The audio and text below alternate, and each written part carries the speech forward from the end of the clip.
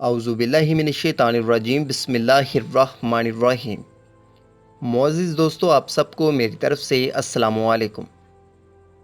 दोस्तों, आज एक छोटा सा पैगाम हम भी आपको बताते हैं, लेकिन उससे पहले वज़ीर आज़म इमरान खान का एक बयान आपको सुनाते हैं।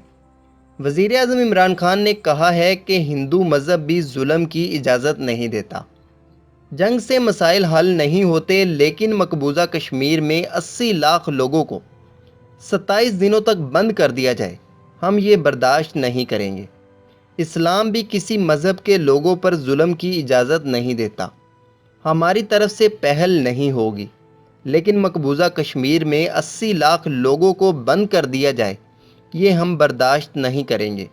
जब मैं वज़ीर आज़म बना तो मैंने पैगाम दिया कि अगर हिंदुस्तान हमारी तरफ एक कदम आएगा तो हम 2 कदम आएंगे। मैंने मोदी से कहा कि दोनों तरफ मसाइल एक जैसे हैं और एक ही मसले की वजह से हैं। आओ कश्मीर के मसले को मिलकर हल कर लेते हैं।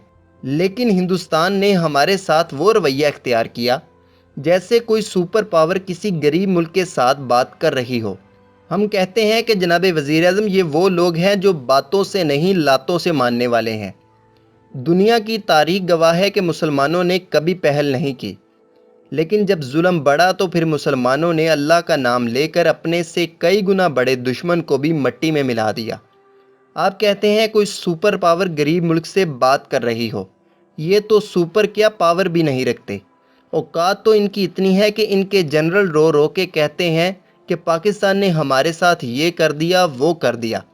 अगर हमारे पास राफेल तैयारे होते तो हम भी पाकिस्तान के जहाज़ गिरा सकते थे। 72 सालों से इनकी ख्वाहिश पूरी हुई नहीं है, क्योंकि आगे इनके जैसे डरपोक इंसान नहीं है। याद रखना, पाकिस्तान तो दुनिया का वो मुल्क है, जब पाकिस्तान अपने लोगों को अच्छे से रोटी भी ना दे पा रहा था, तब भी इसराइल के पहले वज़ीर आज़म ने कहा था कि पूरी दुनिया में हमें किसी मुल्क से कोई खतरा नहीं सिवाय पाकिस्तान से। हम कश्मीर के साथ पहले भी खड़े थे, अब भी खड़े हैं। आप आवाज़ दें इस मुल्क की खातिर और अपने कश्मीरी भाइयों की खातिर हम अपनी जान तक लौटा देंगे। लेकिन कई रोज़ से हमारे भाई पता नहीं किस हालत में होंगे, इसलिए अब कोई एक्शन ले।